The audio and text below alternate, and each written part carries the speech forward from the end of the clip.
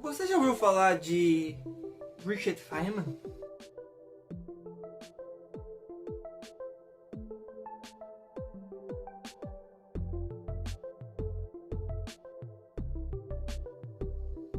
Richard Feynman foi um físico e professor que por diversos anos atuou no Caltech, em Princeton.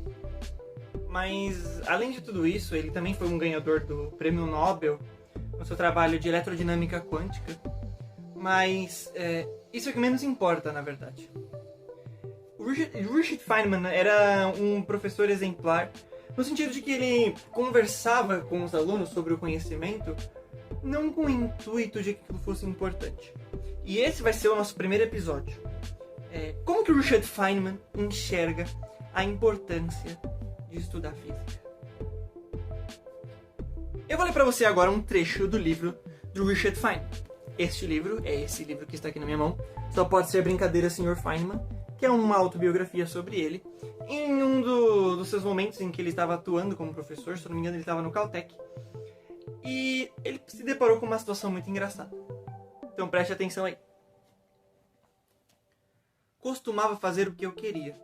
Não tinha a ver com importância para o progresso da física nuclear, mas com o que era interessante e divertido para mim. Quando estava no ensino médio, eu via que a água correndo de uma torneira formava um jato cada vez mais estreito, e me perguntava se poderia descobrir o que determina essa curva. Achava muito fácil fazer aquilo. Eu não tinha obrigação de fazê-lo, não era importante para o futuro da ciência. Alguém já tinha feito isso. Mas não importava. Eu inventava as coisas e brincava com elas para o meu próprio entretenimento. E aí, passei a ter essa outra atitude. Agora que estou esgotado e sem condições para produzir seja lá o que for, consegui esse ótimo cargo para dar aulas na universidade, que é algo que gosto de fazer. E da mesma forma que leio as 1001 noites por prazer, vou brincar com a física quando tiver vontade, sem me preocupar com a importância que possa ter. Uma semana depois eu estava na cafeteria quando um cara, por falta do que fazer, atirou um prato pelos ares. Percebi que o prato, à medida que subia, oscilava num movimento de precessão e um medalhão vermelho de Cornell gravado no prato girava. Era claro que o giro do medalhão era mais rápido que a precessão.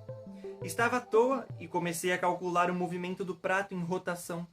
Descobri que quando o ângulo era pequeno, o medalhão girava 2 vezes mais rápido que a precessão.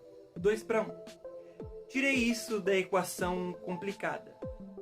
Então pensei, será que existe como saber por que, de uma maneira mais fundamentada, e levando em conta as forças ou a dinâmica, a proporção é de 1:2?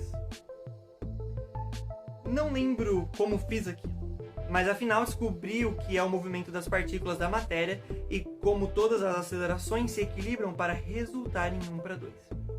Ainda me lembro de ter ido falar com Hans Bethe. Ei Hans, observei uma coisa interessante. Esse prato gira assim e a proporção de 2:1 se dá porque... Expliquei e mostrei as acelerações. Feynman, isso é muito interessante, mas que importância tem? Por que você está fazendo isso? Perguntou ele. Ora, exclamei, não tem importância nenhuma. Estou fazendo porque é divertido. A relação dele não me desanimou. Eu tinha metido na cabeça que ia me divertir com a física e fazer o que gostasse. Continuei resolvendo equações de precessão, pensei então como as órbitas dos elétrons iniciam seu movimento relativístico. Aí vem a equação de Dirac de eletrodinâmica, e aí eletrodinâmica quântica. E antes de saber disso, fazia tão pouco tempo, eu estava brincando, trabalhando na verdade, com o mesmo velho problema que eu adorava, no qual tinha deixado de trabalhar quando fui para Los Alamos. Os problemas da minha tese e todas aquelas coisas fora de moda maravilhosas. Não exigia esforço, era fácil brincar com aquelas coisas. Era como desarrolhar uma garrafa. Tudo flui sem esforço. Quase tentei resistir. O que eu estava fazendo não tinha importância, mas no fim das contas tinha. Os diagramas e todas aquelas coisas pelas quais ganhei o prêmio Nobel vieram dessa perda de tempo com o prato em precessão. Então, o que a gente acabou de ler aqui do Richard Feynman é um exemplo muito claro de por que a física é ou não importante, ou por que ela deve ser ou não, o que é importante ou não dentro da física. A arte que o Richard Feynman estava observando, né, que que foi aquele prato sendo jogado dentro do café, é um exemplo muito clássico de como as coisas são dadas a importância delas. Então, é como ele disse naquele momento, pra mim é que eu não fazia diferença, não tinha uma importância, eu não tava fazendo aquilo pra descobrir algo, porque alguém já tinha feito isso. Eu tava simplesmente brincando com a física. E é isso que eu quero trazer no anseio, né?